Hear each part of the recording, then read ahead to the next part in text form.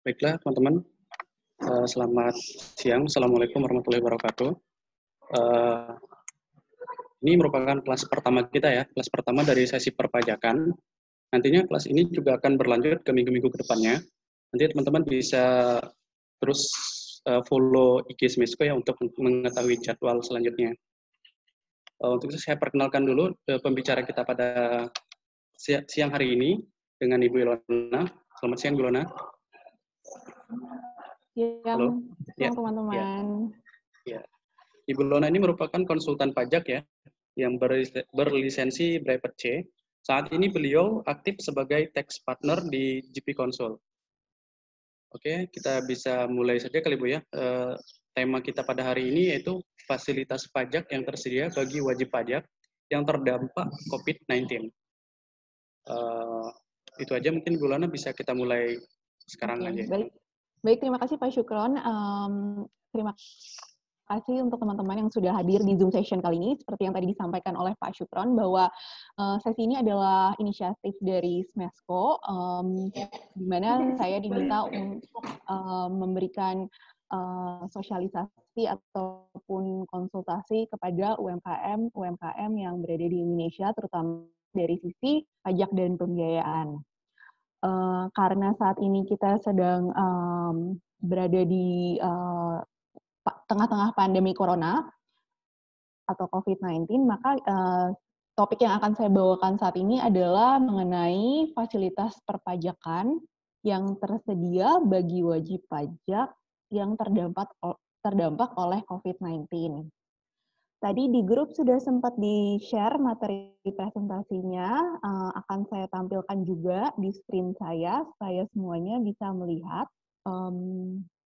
Untuk sementara suara saya oke?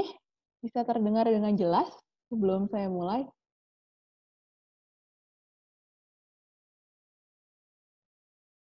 Oke, thank you konfirmasinya. Oke, ini topik kita hari ini. Saya mau mempresentasikan mengenai fasilitas pajak apa aja sih yang tersedia bagi wajib pajak nih di tengah-tengah pandemi COVID ini. Kita tahu bahwa saat ini hampir seluruh sektor usaha terdampak oleh pandemi COVID-19 ini. Beberapa industri yang terutama terdampak adalah food and beverage, pariwisata, dan sektor-sektor perdagangan lainnya ya, karena semua orang sekarang diminta untuk stay di rumah, menghindari aktivitas sosial. Dengan otomatis dari sisi perekonomian kita semua mengalami kendala. Untuk itu peran pajak atau peran fiskal pada saat situasi-situasi seperti ini, pemerintah akan mengintervensi dengan menerapkan kebijakan-kebijakan untuk meringankan beban wajib pajak. Oke, kita mulai ya. Sebagai salah satu industri yang terdampak cukup parah adalah hotel dan restoran. Kita tahu sudah ribuan hotel di Indonesia yang tutup sejak merebaknya pandemi COVID ini. Begitu juga restoran yang saat ini di Jakarta sendiri kebijakannya mulai hari ini tidak boleh lagi ada orang yang customer yang dine in. Semua restoran atau kedai makanan dan minuman itu hanya boleh melayani delivery, ojek online, ataupun untuk take away gitu. Jadi dengan adanya kebijakan ini tentunya hotel dan restoran terdampak sangat berat.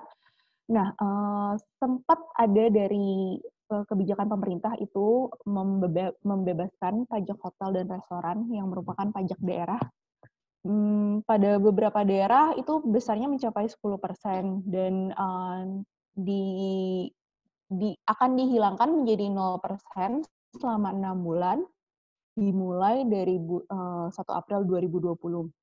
Awalnya insentif ini hanya diberikan kepada 10 destinasi wisata pariwisata, yaitu Danau Toba, Yogyakarta, Malang, Manado, Bali, Mandalika, Labuan Bajo, Bangka Belitung, Batam, dan Bintan, yang meliputi 33 kabupaten atau kota.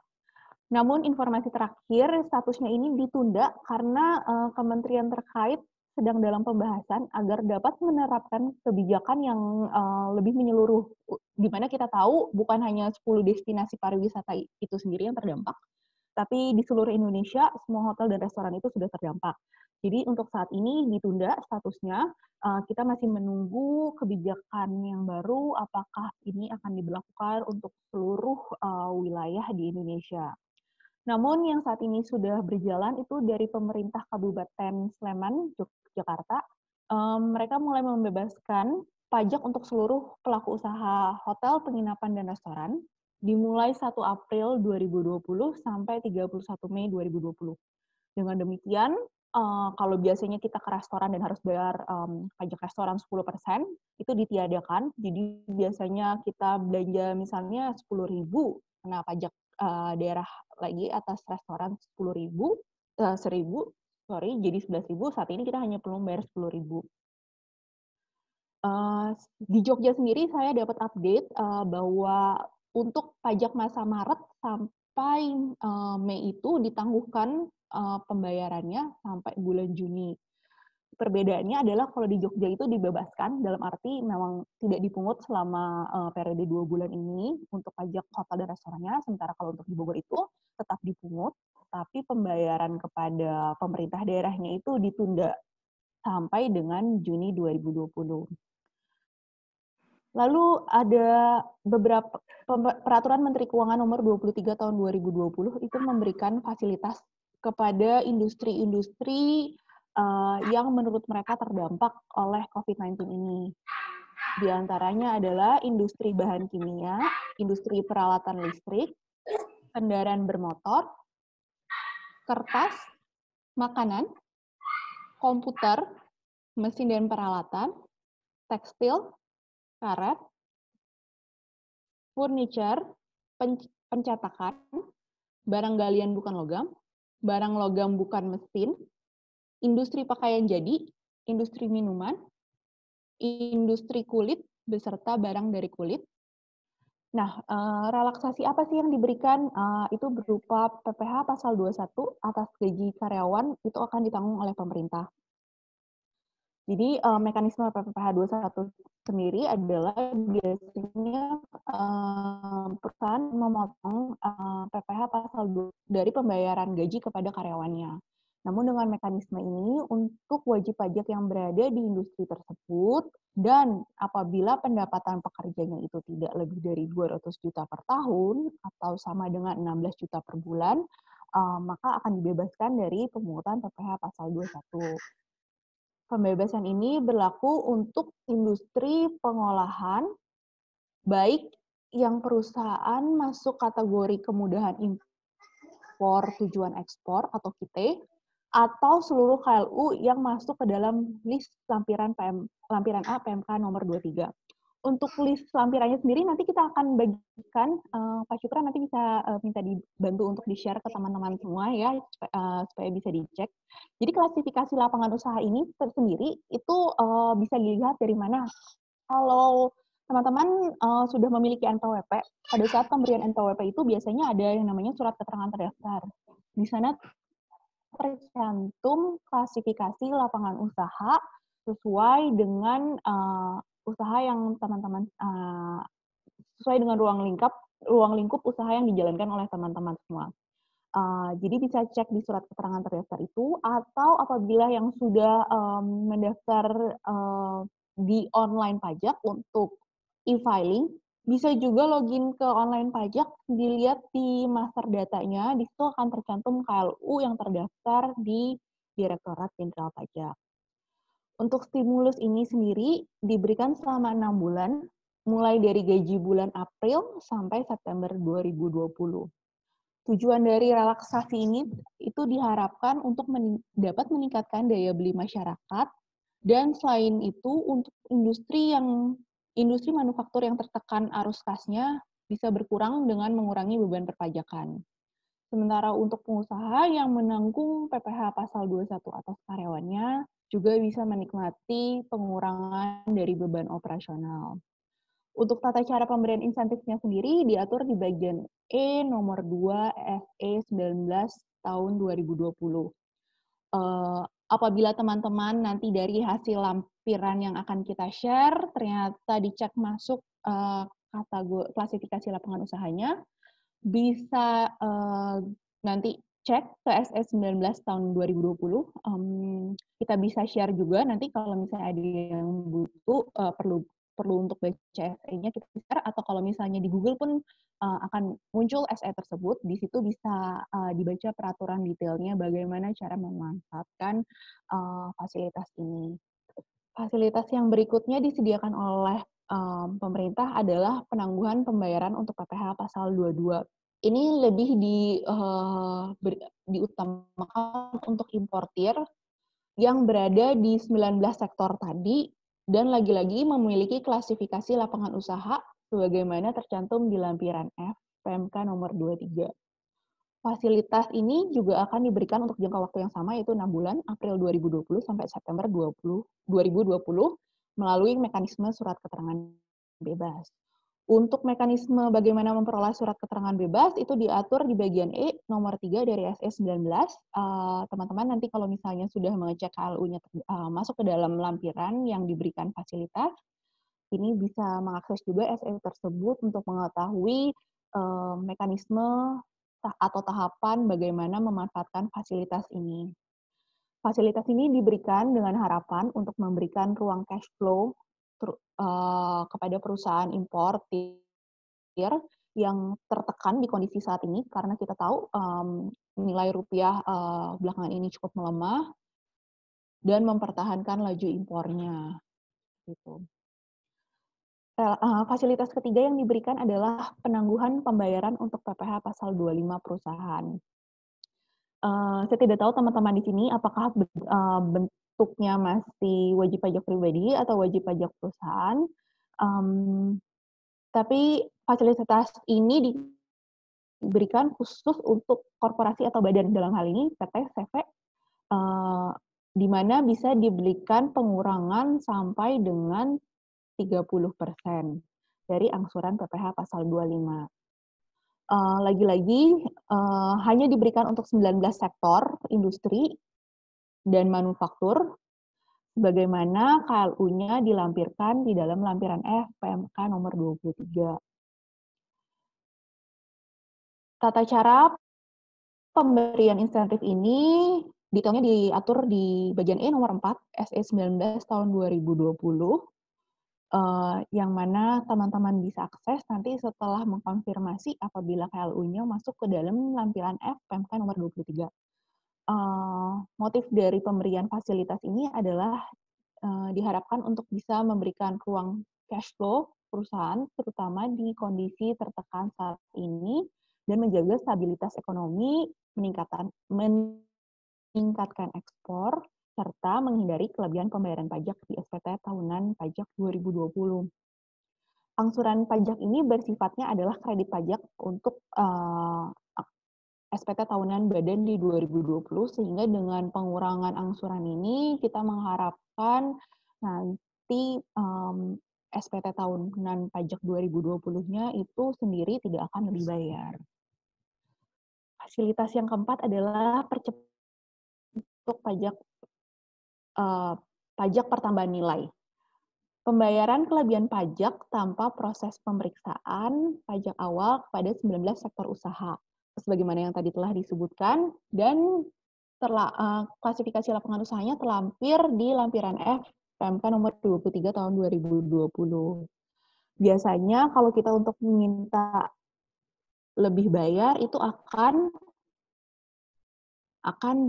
melalui proses mekanisme pemeriksaan pajak. Tapi untuk saat ini akan diberikan dulu restitusinya atau uang kelebihan pembayaran pajaknya akan dikembalikan dulu. Selanjutnya itu baru nanti kalau diperlukan baru akan dilakukan pemeriksaan. Kebijakan ini akan berlangsung selama 6 bulan dari April 2020 sampai dengan September 2020. Untuk permohonan pengembalian pendahuluan ini wajib disampaikan paling lama 31 Oktober 2020 dan permohonan ini harus diterbitkan paling lama 1 bulan sejak tanggal diterimanya permohonan. Untuk tata caranya, nah, screen saya bisa terlihat ya?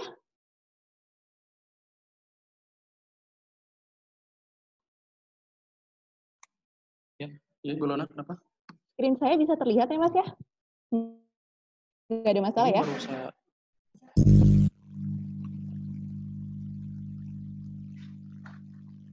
Ini saya yang share sih, Mbak. Oh, Mas Syukran yang Mbak. share screen-nya ya? Oke. Iya, saya yang share. Oke. Berikutnya itu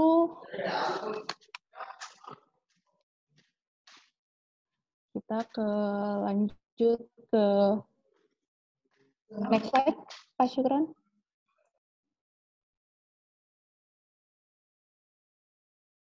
Bisa kita lanjut ke next slide?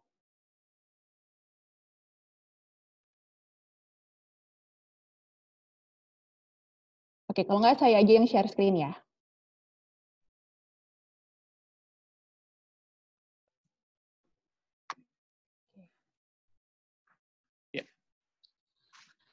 Berikutnya adalah penurunan tarif pajak penghasilan wajib pajak badan itu sesuai Perpu nomor 1 tahun 2020 yang mana sebelumnya adalah 25%.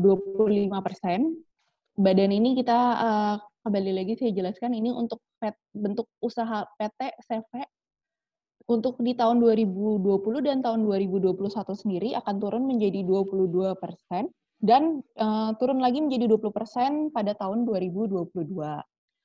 Untuk fasilitas ini sendiri sudah bisa dimanfaatkan mulai masa pajak April 2020, yang deadline pembayarannya adalah di 15 Mei 2020, dengan memasukkan perhitungan pada SPT tahunan tahun pajak 2019 dengan menggunakan tarif pajak yang baru yaitu 22%.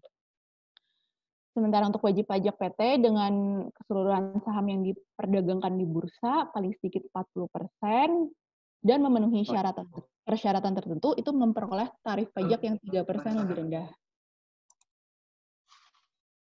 Fasilitas berikutnya adalah perpanjangan waktu jatuh tempo pengajuan keberatan wajib pajak. Jadi fasilitas ini diberikan bagi wajib pajak yang sudah selesai diperiksa pajak dan sudah memperoleh surat ketetapan pajak atau sebagai produk akhir dari pemeriksaan pajak itu sendiri. Biasanya hanya diberikan waktu 3 bulan bagi wajib pajak untuk menyampaikan keberatannya. Namun di saat ini dianggap dalam periode kahar sehingga apabila permohonan keberatannya itu jatuh tempo dalam periode kahar ini yaitu dari 29 Februari sampai 29 Mei 2020, maka akan diberikan pertambahan 6 bulan menjadi 9 bulan untuk penyampaian keberatan dari hasil pemeriksaan pajak. Fasilitas ini diberikan untuk memastikan bahwa wajib pajak memiliki waktu yang cukup untuk menyiapkan dokumen beserta bukti pendukung dalam rangka mengajukan keberatan. Lalu ada fasilitas terakhir yaitu yang diberikan khusus untuk alat kesehatan dan pendukungnya untuk penanganan COVID-19. Ini tertuang di PMK nomor 28 tahun 2020. Yang berhak untuk mendapatkan fasilitas ini adalah badan atau instansi pemerintah, rumah sakit rujukan, dan pihak lain yang ditunjuk untuk melakukan atau membantu penanganan COVID-19. Ada fasilitas PPN yang diberikan, yaitu PPN tidak dipungut atas impor barang tertentu. Barangnya nanti kita akan list di slide berikutnya. Lalu ada juga PPN yang ditanggung pemerintah untuk penyerahan barang kena pajak atau jasa kena pajak yang dilakukan di dalam wilayah Indonesia. Lalu ada PPN juga yang ditanggung pemerintah atas pemanfaatan jasa kena pajak dari luar negeri di Indonesia.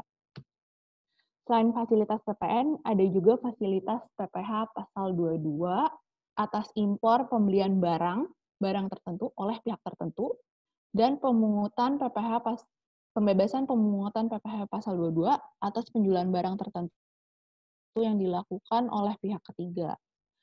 Ada juga pembebasan dari pemotongan PPh pasal 21 kepada wajib pajak orang pribadi dalam negeri atas imbalan jasa yang diperoleh dari pihak tertentu, dan apabila transaksi dilakukan ke wajib pajak badan dalam negeri, ada pembebasan pemotongan PPh pasal 23 kepada wajib pajak badan dan BUT apabila mereka melakukan transaksi dengan pihak-pihak tertentu. Untuk barang apa saja yang diberikan fasilitas ini adalah obat-obatan, vaksin, alat laboratorium, alat pendeteksi, alat pelindung diri, alat perawatan pasien, alat pendukung lainnya. Sementara untuk jasa yang diberikan fasilitas ini adalah jasa konstruksi, jasa konsultasi, teknik dan manajemen, jasa persewaan, dan jasa pendukung lainnya yang diperlukan untuk penanganan COVID-19. Untuk masa berlakunya sendiri adalah sama 6 bulan, yaitu dari masa April sampai dengan September 2020. Oke, untuk materi presentasi saya sendiri sudah habis. Kita akan mulai untuk menjawab pertanyaan yang mungkin sudah masuk. Apakah sudah ada pertanyaan yang masuk, Pak Syukron? Untuk saat ini baru satu ya Mbak ya, kita baru masuk. Mungkin teman-teman bisa, kalau ingin bertanya bisa melalui chat ya di bawah. Kita tunggu pertanyaannya. Oke teman-teman, kalau misalnya ada yang mau ditanyakan, boleh tolong dimasukkan pertanyaannya ke kolom chat. Saya akan mencoba menjawab. Untuk sementara, mungkin kita bisa menjawab dulu, Pak Syukron, pertanyaan yang pertama. Ini ada yang pertama ya Mbak ya. Jadi PPh pasal 21 dan 22 itu apa ya? Mungkin perbedaannya kali Mbak ya. Ya. Oke. Saya jelaskan ya. Untuk PPh pasal 21 itu adalah pemotongan pajak kepada orang pribadi. Contohnya itu adalah ketika karyawan bekerja di sebuah perusahaan, maka dari perusahaan itu wajib memotong PPh pasal 21 dari karyawan. Yang dipotong adalah atas gaji dari karyawan itu sendiri. Jadi bukan uang perusahaan. Di sini perusahaan hanya bertindak sebagai perpanjangan tangan kantor pajak untuk membantu memungut pajak dari wajib pajak yang bersangkutan, dalam hal ini orang pribadi. Contoh lainnya dari PPh pasal 21, apabila kita memberikan jasa, sebagai orang pribadi memberikan jasa tertentu pada perusahaan di luar dari ruang lingkup pekerjaan atau di luar dari hubungan pekerjaan. Misalnya saya sebagai orang pribadi memberikan jasa konsultasi kepada perusahaan A atau memberikan jasa servis, itu kita dari perusahaan itu diwajibkan memotong PPh pasal 21 dari pendapatan yang akan ditransfer ke saya. Jadi misalnya saya men-charge 1 juta untuk jasa saya, jadi dari perusahaan itu biasanya akan memotong sesuai tarif pajak yang berlaku. Dan itu berbeda-beda perhitungannya antara karyawan dan non-karyawan. Untuk PPh pasal 22 sendiri adalah PPh pasal 22 atas impor barang. Itu kalau semua importir yang mengimpor barang itu akan dikenakan PPh pasal 22 kecuali ada surat keterangan bebas. Dan PPh pasal 22 juga dikenakan untuk industri-industri tertentu seperti baju otomotif untuk transaksi di dalam negeri.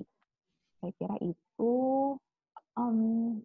Ada pertanyaan lain mungkin? Ya, itu dari Pak Ali ya, Pak Ali Usman. Untuk Pak Ali Usman, apakah udah jelas? Itu jawaban dari Ibu Ilona. Oke, mungkin udah jelas ya Mbak ya. Untuk pertanyaan selanjutnya aja kita langsung ya Mbak ya, dari TLM. Saya bekerja di koperasi. Apa ini ya? Ini pertanyaannya harus dijelaskan lagi kali ya. Ini untuk ada satu lagi pertanyaan dari Lucy. Di bawahnya. Oh ada di bawahnya ya? Di bawahnya oh, ada ya, ini. sama. Ya ada dari TLM ya. Di PMK 23 tidak ada badan usaha koperasi. Saat ini tidak ada pemasukan sama sekali karena kami melayani perempuan pelaku usaha ultra mikro di desa-desa, kepada siapa kami dapat mengajukan permohonan untuk dapat relaksasi. Oke. Dia bekerja di koperasi. Pada siapa kami dapat mengajukan permohonan untuk dapat relaksasi gitu, Mbak. Oke. Kalau di KLU-nya sendiri tadi apakah masuk ke dalam list? Kalau misalnya tidak masuk ke dalam list, maka tidak bisa untuk memanfaatkan fasilitas yang tadi. Namun di luar dari fasilitas tadi sendiri itu memang ada mekanisme di mana untuk permohonan pengurangan angsuran PPh pasal 25 apabila memiliki angsuran PPh pasal 25. Namun itu memang fasilitas yang selama ini ada, dan kebijakannya sendiri atau keputusan apakah akan diberikan atau tidak itu kembali ke kantor pajak masing-masing. Namun untuk yang tadi saya paparkan sendiri itu khusus untuk yang KLU-nya tercantum di PMK 23 gitu.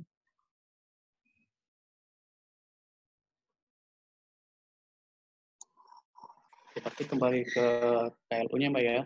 Apakah Betul. itu masih ada apa? Termasuk itu atau bukan gitu ya? Betul, betul. Harus lihat lagi ke KLU yang terdaftar di PMK 2 lampiran PMK 23. Oke. Pertanyaan Mungkin langsung ke pertanyaan berikutnya ya. Iya. Pertanyaan ketiga dari Lukas. Jasa persewaan kantor dapat relaksasi nggak ya? Posisi saya di Yogyakarta. Oke. Setahu saya tidak, Pak, jasa persewaan kantor. Jadi memang difokuskan kepada produsen dan manufaktur untuk saat ini. Gitu. Dan untuk sektor jasa sendiri belum masuk ke dalam daftar KLU di lampiran PMK 23. Seperti itu. Iya, mungkin lampirannya kita bisa share ya, Mbak Ilona Yantar ya.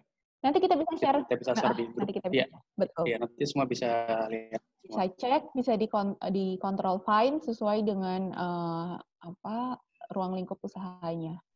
Iya. Oke, langsung ke pertanyaan selanjutnya. Dari Roy, mau tanya, untuk penurunan tarif pajak penghasilan wajib pajak badan berlaku untuk semua industri atau KLU tertentu? Jadi industrinya itu ada 19 yang tadi di list, dan KLU-nya sendiri, KLU tertentu sebagaimana di lampiran A PMK 23. Jadi hanya untuk KLU tertentu. Oke. Mungkin Pak Roy, apa sudah jelas itu Ibu Ilona menjawab? Bisa langsung instruksi kali Mbak ya, kalau ada tidak jelas gitu ya. Iya. Iya. Oke, pertanyaan selanjutnya Mbak ya. Dari Realme C2, PPh pasal 25 untuk koperasi, adakah pengurangan? PPh pasal 25. Untuk koperasi. Untuk koperasi. Oke. Kembali lagi nih, untuk KLU-nya apakah tercantum di dalam lampiran PMK 23? Seperti itu. Nah, namun kalau misalnya tidak tercantum, bisa mengajukan permohonan kepada kantor pajak untuk pengurangan angsuran PPh pasal 25 apabila memang memiliki angsuran PPh pasal 25. Itu. Langsung ya kita pertanyaan selanjutnya, karena pertanyaannya cukup banyak ya Mbak ya. Pertanyaan selanjutnya itu, jasa konstruksi apakah mencakup properti? Jasa konstruksi itu biasanya dibuktikan dengan surat izin SUJK, surat izin jasa surat SUJK yang memiliki sertifikasi sebagai penyedia konstruksi, Pak. Jadi biasanya jasa konstruksi sendiri itu lebih ke kontraktor sih yang mungkin bekerja sama dengan perusahaan properti. Tapi dibuktikannya itu dengan SUJK. Cuma catatan untuk jasa konstruksi yang saya cantumkan mendapatkan fasilitas itu hanya terkait jasa konstruksi yang bertransaksi dengan pihak tertentu demi penanggulangan COVID-19. Jadi di luar transaksi untuk penanggulangan COVID-19 itu tidak termasuk. Yang saya kira di jasa konstruksi di sini mungkin pembangunan rumah sakit atau renovasi rumah sakit gitu apabila menggunakan kontraktor tertentu itu bisa dibebaskan gitu. Tapi apabila jasa konstruksinya tidak terkait dengan penanganan pandemi COVID-19 maka tidak bisa mendapatkan fasilitas ini. Seperti itu. Mungkin sudah cukup jelas kali ya. Lanjut Question? pertanyaan selanjutnya dari VBS. Mau tanya, kalau KLU perusahaan saya, perdagangan mesin dan perdagangan, apakah itu kena relaksasi pajak? Oke. Nah, setahu saya kalau perdagangan tidak, cuma untuk pastinya boleh dicek nanti di lampiran PMK 23 sendiri, karena lampirannya ini ada 30 halaman dan mencakup ratusan KLU.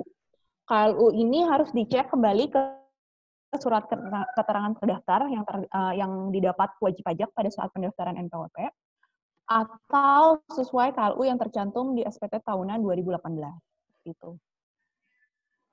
Nanti kita bisa share lampirannya, mungkin bisa dicek apakah masuk, tapi setahu saya kalau untuk distribusi tidak, lebih kepada produsen dan manufaktur.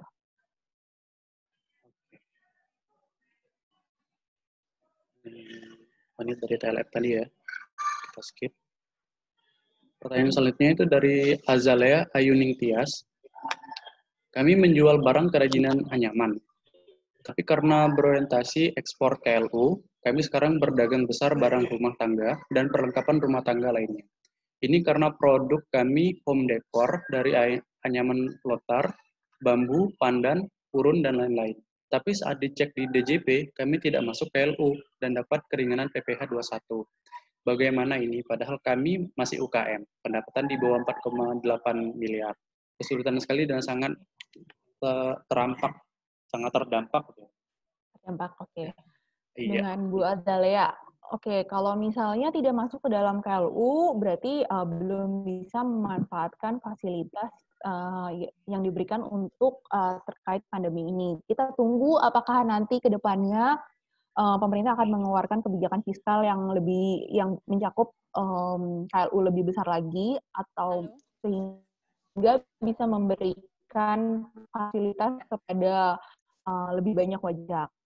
Namun untuk sekarang kalau pendapatannya di bawah 4,8%, berarti kemungkinan besar akan mengikuti PPh final UMKM yang 0,5% per bulan dari omset ya, Bu. Ya, 0,5% PPh final UMKM juga. Cuma ya waktu mendaftar itu kan mesti nggak tahu, bingung, jadi disarankan orang gitu. Padahal sebenarnya kami produsen.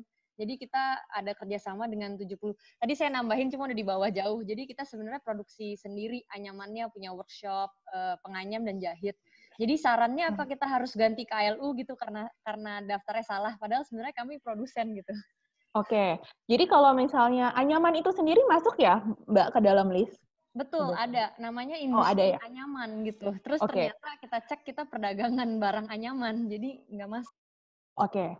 Jadi kalau seandainya sebenarnya produsen, itu bisa pertama dengan membetulkan SPT tahunan 2018. Apa yang dibetulkan hanya informasi KLU-nya aja. Diisi sesuai dengan KLU yang benar.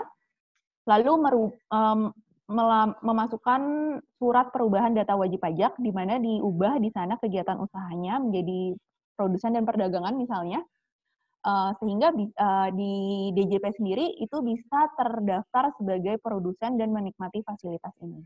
Jadi iya dimungkinkan, tapi harus pembetulan SPT 2018 dulu ya Mbak ya. KLU-nya diubah. 2018 ya, bukan 2019 ya? Enggak, 2018. Oke. Ya, makasih. Jadi yang menjadi acuan di sini SPT tahunan 2018.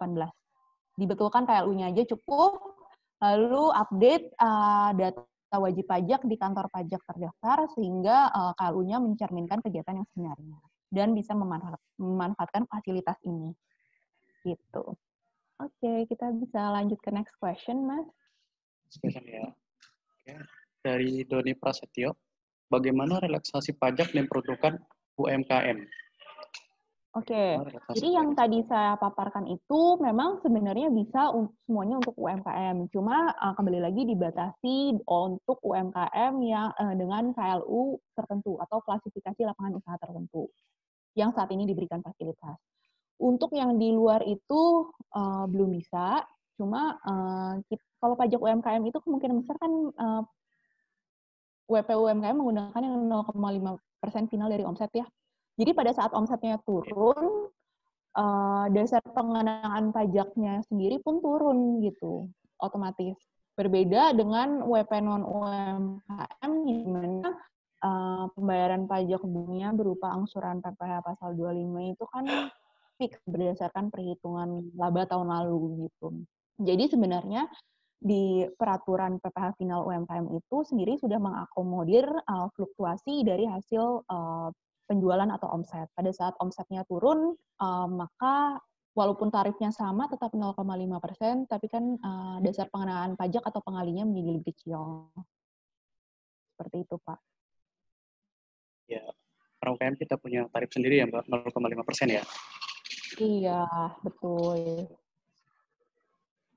Langsung pertanyaan selanjutnya ya, Mbak. Dari Arif Wicaksana, apakah pelaku usaha mikro yang memiliki omset maksimal 300 juta per tahun juga memperoleh relaksasi pajak sesuai PMK 23 tahun 2020? Bisa, Mas. Jadi di PMK 23 itu tidak diatur omset maksimalnya berapa atau omset minimalnya berapa. Semua pelaku usaha, baik kecil, sedang dan menengah, atau besar sekalipun, apabila usahanya masuk ke dalam KLU yang terdaftar di PMK 23, maka bisa memanfaatkan fasilitas tersebut. Seperti itu. Kalau Next question. Next question ya. Di Perpu 01/2020 tentang pengajuan keberatan untuk perpanjangan sampai dengan 9 bulan, apakah maksudnya untuk penundaan setoran PPh pasal 25 dan dokumen apa saja yang perlu disiapkan untuk pengajuan? Perpu 01/2020 ya, Mbak? Bukan, Pak. Jadi perpanjangan sampai 9 bulan ini adalah ini untuk wajib pajak yang sudah selesai dilakukan pemeriksaan pajak atau sedang dalam proses pemeriksaan pajak. Bukan untuk wajib pajak yang tidak dalam proses pemeriksaan. Jadi dapat saya sampaikan bahwa apabila wajib pajak diperiksa itu ada surat perintah pemeriksaan pajak dari kantor pajak, dan diminta untuk menyerahkan dokumen-dokumen, lalu setelah selesai itu hasilnya akan tertuang dalam surat ketetapan pajak. Surat ketetapan pajak ini yang bisa diajukan untuk keberatan gitu. Jadi wajib pajak sedang diperiksa atau tidak baru selesai pemeriksaannya, maka fasilitas ini tidak diperuntukkan bagi mereka gitu, hanya diperuntukkan bagi wajib pajak yang baru saja selesai diperiksa atau yang akan selesai pemeriksaannya dalam jangka waktu dekat ini. Gitu. Next question-nya, Pak Syukran. Dari Bapak Lukas lagi, PPh pasal 4 ayat 2, ada pembebasan nggak ya? Oke, Pak Lukas.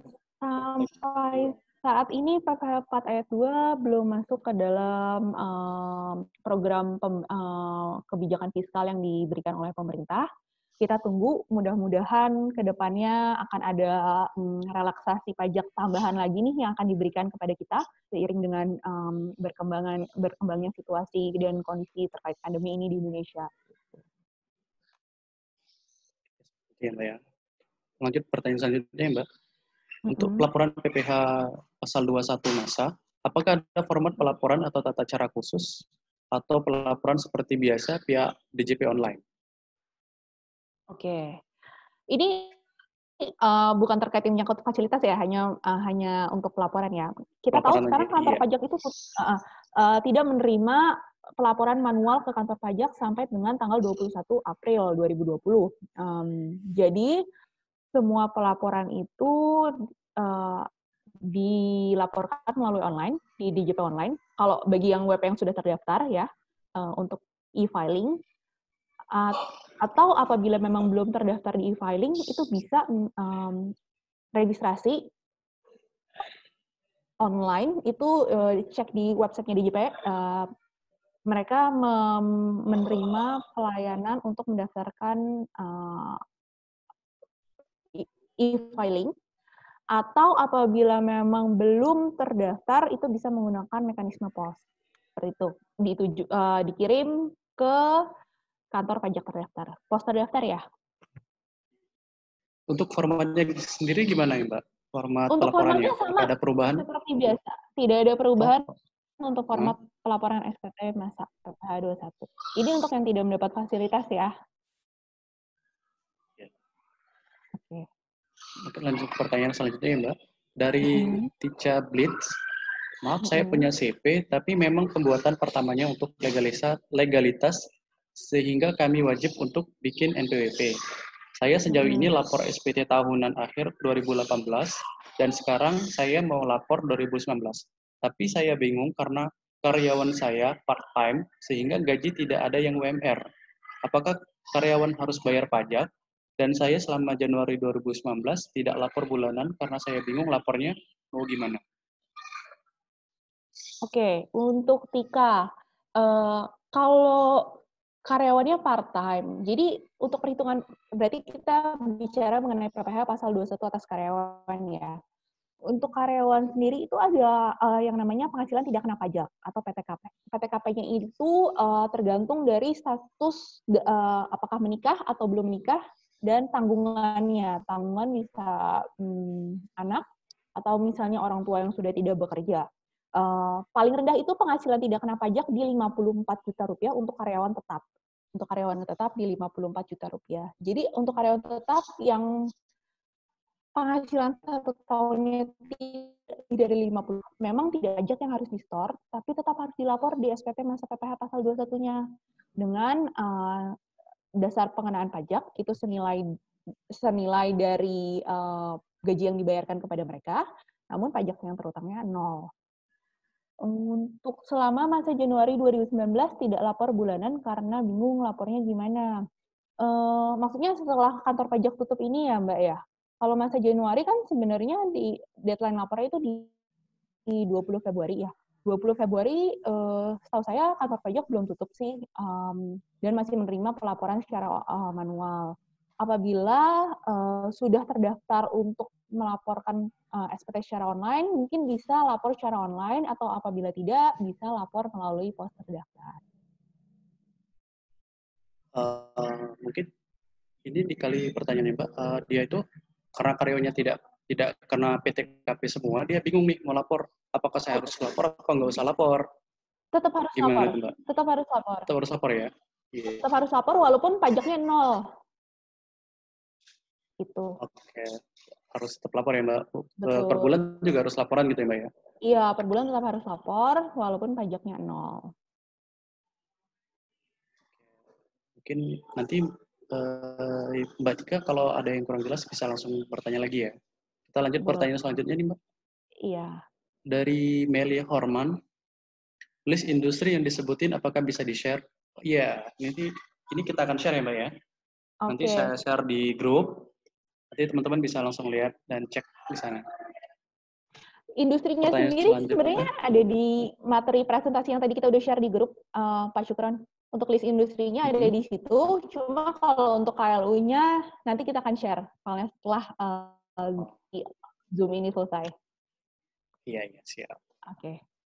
Pertanyaan selanjutnya Mbak, dari Antonius Sleman. Ya. Kalau di startup seperti marketplace platform, apakah relaksasi yang diterima? Terima kasih. Saat ini tidak ada kalau terkait COVID-19, Pak. Cuma saya bisa sampaikan nih bahwa akan ada, kan kita tahu nih sama ini nih banyak pedagang-pedagang online dari luar negeri yang memasarkan produknya di Shopee kah, di Tokopedia lah, lalu kita bisa lihat di sana keterangannya barang dikirim dari luar negeri. Selama ini wajib pelaku-pelaku usaha ini belum membayarkan pajaknya di Indonesia, namun dalam waktu dekat itu peraturannya sendiri sudah keluar. Mereka yang berusaha di Indonesia melalui online platform seperti Tokopedia, Bukalapak, Shopee, itu akan dikenakan pajak juga berupa pajak penghasilan, dan PPN. Implikasinya apa? Bagi pedagang online dalam negeri, mereka akan bisa lebih bersaing dengan pedagang luar negeri. Karena biasanya pedagang luar negeri itu bisa menjual barang secara online tuh dengan harga yang sangat murah. Kenapa? Oh, karena mereka tidak bayar pajak.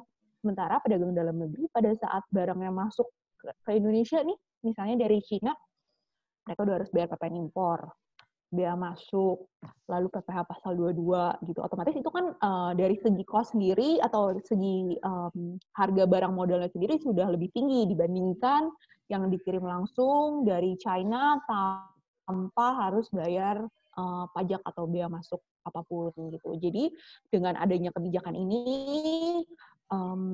lebih memberikan competitive advantage untuk pedagang-pedagang online di Indonesia, sehingga dari segi harga pun bisa lebih bersaing.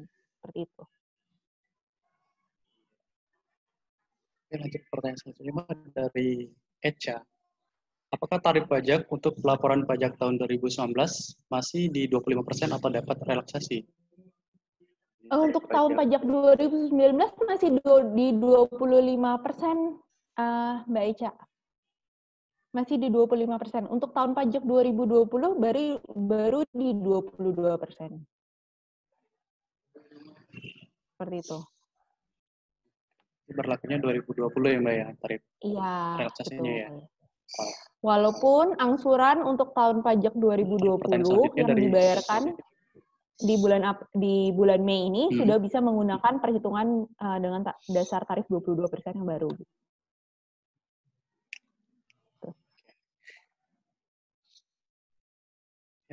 Langsung pertanyaan selanjutnya Mbak. Iya. Dari Asyadi Jaya. Apakah semua proses atau relaksasi perpajakan ini terjadi secara otomatis saat pelaporan atau kita perlu melaporkan khusus karena kena imbas COVID-19?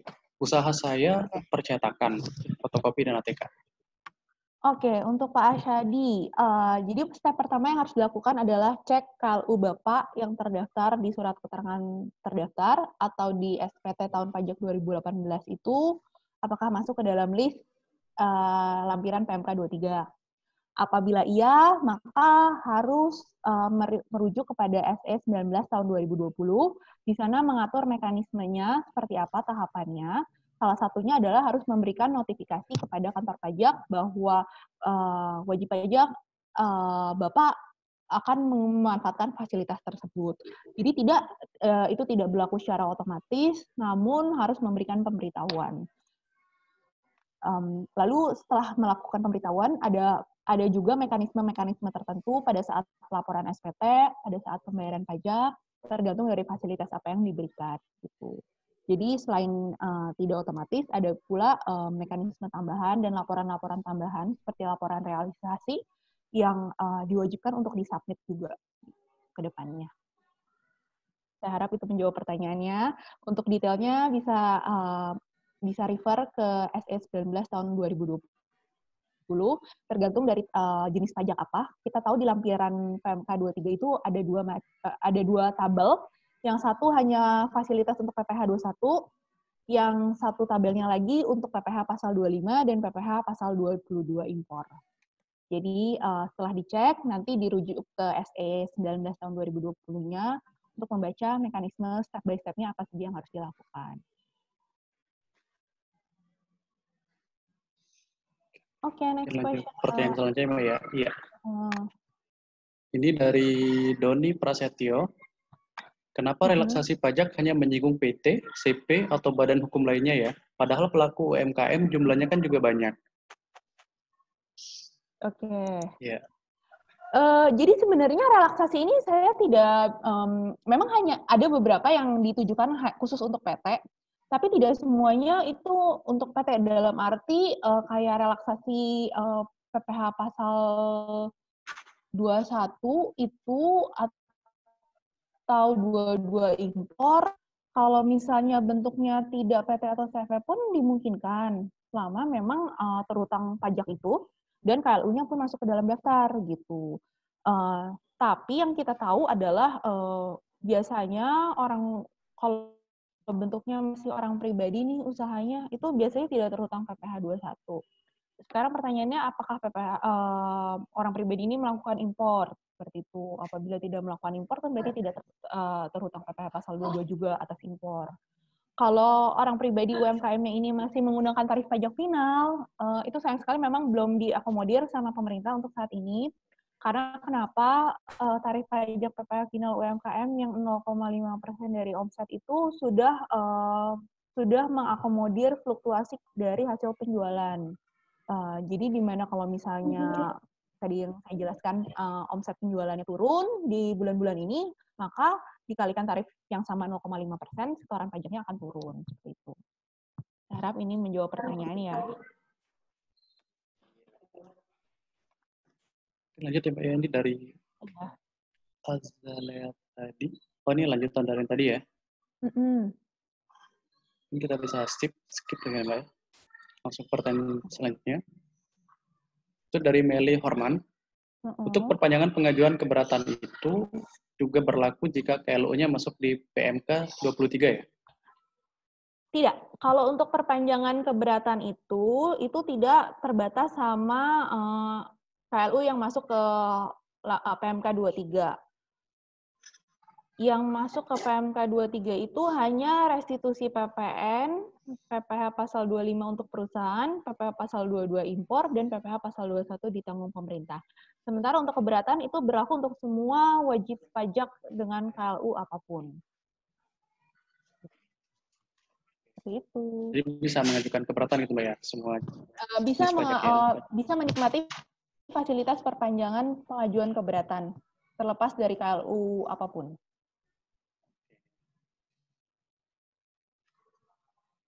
Ini lanjutannya dari Mbak Ika Blitz. Iya. Sebenarnya lokasi saya memang sosialisasi pajak kurang. Saya di Gunung Kidul, CV saya di bidang seni jasa, menjadi pengetahuan kurang. Kalau sudah telat tidak lapor bagaimana? Karena saya usaha belum ada 3 tahun dan belum ada untuk bahkan masih utang. Saya pernah ke kantor pajak dan HR-nya berubah-ubah dan peraturan 2017-2018 berubah jadi 2019. Pajak bulan saya diamkan karena usahanya off sementara. Dan saya sedang belajar sehingga tidak ada yang lapor pajak. Lapor pajak. Jadi kalau nggak lapor pajak itu dengan usaha CV itu kan udah termasuk badan ya. Itu ketelatan terlambat pelaporan SPT masa atau SPT bulanan itu biasanya dikenakan 100.000 per jenis SPT, dan keterlambatan SPT tahunan perusahaan atau badan itu 1 juta. Jadi kalau misalnya selama ini belum pernah lapor, biasanya sih akan menerima surat dulu nih dari kantor pajak ke alamat terdaftarnya. Anda belum melaporkan SPT dari tahun sekian sampai tahun sekian, diharapkan segera melaporkan, seperti itu.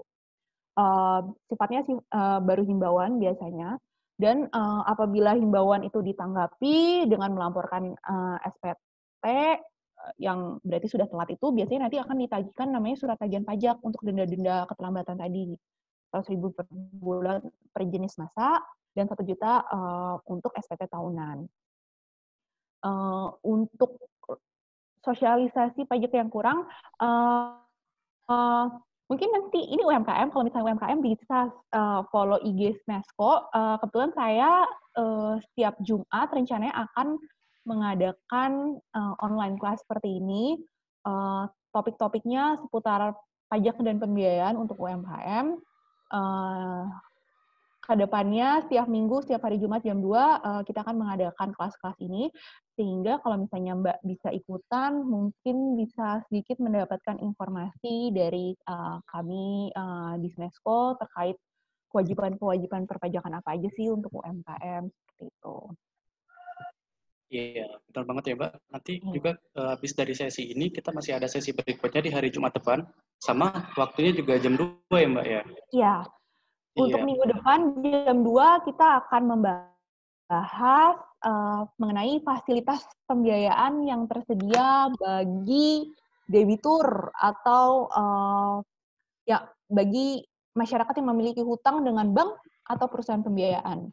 itu kita akan share informasi bagaimana mendapatkan cuti angsuran, penurunan bunga, atau fasilitas pengurangan angsuran selama maksimal 1 tahun ke depan. Itu memang disediakan mekanismenya. Untuk detailnya bisa ikut, bisa daftar untuk kelas minggu depan gitu ya, Pak Syukron.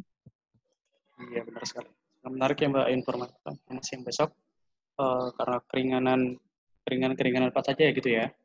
Betul, betul. Jadi keringanan kan mungkin banyak ini dari kita nih yang keberatan mungkin ada angsuran rumah, angsuran mobil, kendaraan bermotor, motor gitu kan. Sementara pendapatan sekarang berkurang jauh, lalu tidak memiliki cash flow atau income yang cukup untuk melakukan angsuran, itu ada mekanismenya disediakan oleh otoritas jasa keuangan di mana masyarakat atau UMKM yang terdampak dengan adanya pandemi ini bisa mengajukan permohonan untuk relaksasi pembayaran kreditnya, gitu, atau pinjaman. Gitu. Ada lagi pertanyaannya atau kita sudah jawab semua, Pak? Iya, udah jawab semua sih. Tapi bagi teman-teman UKM yang masih ada unek-unek nih, bisa langsung aja ketik pertanyaannya. Jadi Mbak Ilona yang jawab. Iya, kalau misalnya masih ada yang mau bertanya, mungkin kita tunggu beberapa menit lagi. Kalau nggak ada, kita tutup sesi ini. Kalau misalnya masih ada yang mau bertanya, boleh disampaikan. Tapi untuk minggu-minggu ke depan, kita akan terus mensosialisasikan kebijakan-kebijakan perpajakan yang diberikan oleh pemerintah, karena saat ini tuh situasinya dinamis sekali gitu ya.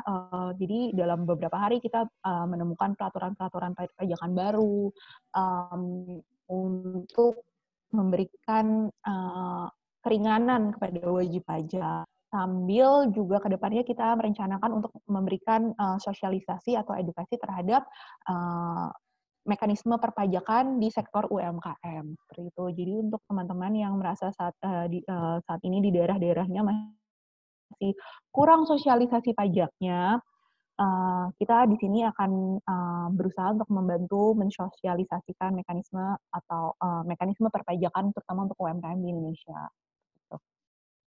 Oke, ada pertanyaan lagi yang masuk? Ya, ada satu lagi tuh dari Bapak Roy. Mau tanya lagi, untuk 25% ke 22% pajak badan itu berlaku untuk semua industri kan ya? Jadi angsuran pajak April 2020 kita pakai 20% ya Bu? Betul Pak, Pak Roy, betul. Untuk angsuran penurunan tarif pajak dari 25% ke 22% itu berlaku untuk seluruh wajib pajak badan. Jadi tidak tergantung industri, tidak tergantung dengan kode KLU juga, bisa dinikmati oleh semuanya. Dan betul dari angsuran masa pajak April 2020 itu yang dibayarkan di paling lambat 15 Mei 2020 itu bisa menggunakan tarif 22%. Seperti itu ya Mbak ya. Dari mulai April ya Mbak, 22%-nya. Betul. Iya. Mulai masa pajak April. Oke. Ada lagi Pak pertanyaan? Roy, ada lagi? Pak Roy boleh langsung instruksi kalau ada pertanyaan. Ya, cukup jelas sih. Cukup Jadi jelas. bisa agak turun ya Bu ya, lumayan ini. 3% doang Pak. Iya sih, tapi itu kemungkinan akan turun terus ya Bu ya. Tadi kan 2021 juga akan berkurang juga kan ya dia. Iya, di 2022 akan turun lagi menjadi 20%. Iya. Ya. Jadi memang ada percepatan nih Pak untuk penurunan tarif pajaknya dengan adanya pandemi ini, langsung di 2020 sudah langsung berlaku penurunan tarif pajak. Iya, kemarin memang perusahaan kita agak bingung Bu, ini kan omsetnya turun. Jadi kan berharap angsuran pajaknya kan bisa berkurang. Nah, ya ternyata dikasih 3%. Memang kita takut kalau kita sampai lebih bayar sih, Bu Iliona. Takutnya kan lebih bayar, umurnya gosipnya katanya kan bisa dicek ya Bu ya, kalau mengajukan restitusi, misalkan. Bukan bisa Pak, pasti. Pasti diperiksa pajak. Pasti Pak, kalau Bapak mengajukan restitusi pasti diperiksa. Nah, itu makanya kemarin kita, aduh ini gimana ya, omset turun, sedangkan 2019 kita kan omsetnya masih lumayan bagus ya, tidak ada apa-apa. Jadi kan akhirnya kan angsuran kita April ini kan agak gede. Betul. Ya kan? Nah, tapi ini turunnya cuma 22% ya. Agak sayang itu harusnya 10% ya, Bu. Ya. Jadi bisa memanfaatkan fasilitas yang tadi saya sempat sampaikan di awal, Pak. Jadi di luar dari fasilitas terkait COVID-19 ini, memang selama ini sudah ada mekanisme pengajuan penurunan angsuran PPh pasal 25 yang disampaikan ke kantor pajak terdaftar. Jadi kan memang kita tahu bahwa dunia usaha itu kan tidak selalu terus stabil atau naik gitu kan ya. Ada kondisi tertentu di mana mengalami penurunan dan misalnya itu bisa diproyeksi, dibuktikan dengan proyeksi untuk laporan laba rugi di 1 tahun ke depan, misalnya berdasarkan 3-4 bulan yang sudah berjalan ini gitu ya. Dan kalau memang itu bisa dibuktikan bahwa akan turun di 2020, itu bisa mengajukan permohonan ke kantor pajaknya, Pak, untuk minta penurunan angsuran 25. Namun, sifatnya ini adalah pengajuan, di mana bisa ditolak dan bisa diterima. Seperti itu. Kalau pengajuan itu ada kemungkinan untuk dilakukan sidak pengecekan gitu nggak, Bu Iliana? Enggak sih, Pak. Oh, restitusi yang pasti ada. Restitusi, iya. Jadi kalau mencentang permohonan restitusi atau permohonan pengembalian kelebihan pembayaran pajak, itu yang pasti akan diperiksa. Tapi kalau mengajukan permohonan pengurangan angsuran 25, itu tidak men-trigger pemeriksaan. Oh, jadi kesimpulannya, Bu, lebih baik kita-kita yang omsetnya tahun 2020 ini turun, lebih baik mengajukan permohonan ini ya, penurunan angsuran ya, Bu ya? Betul.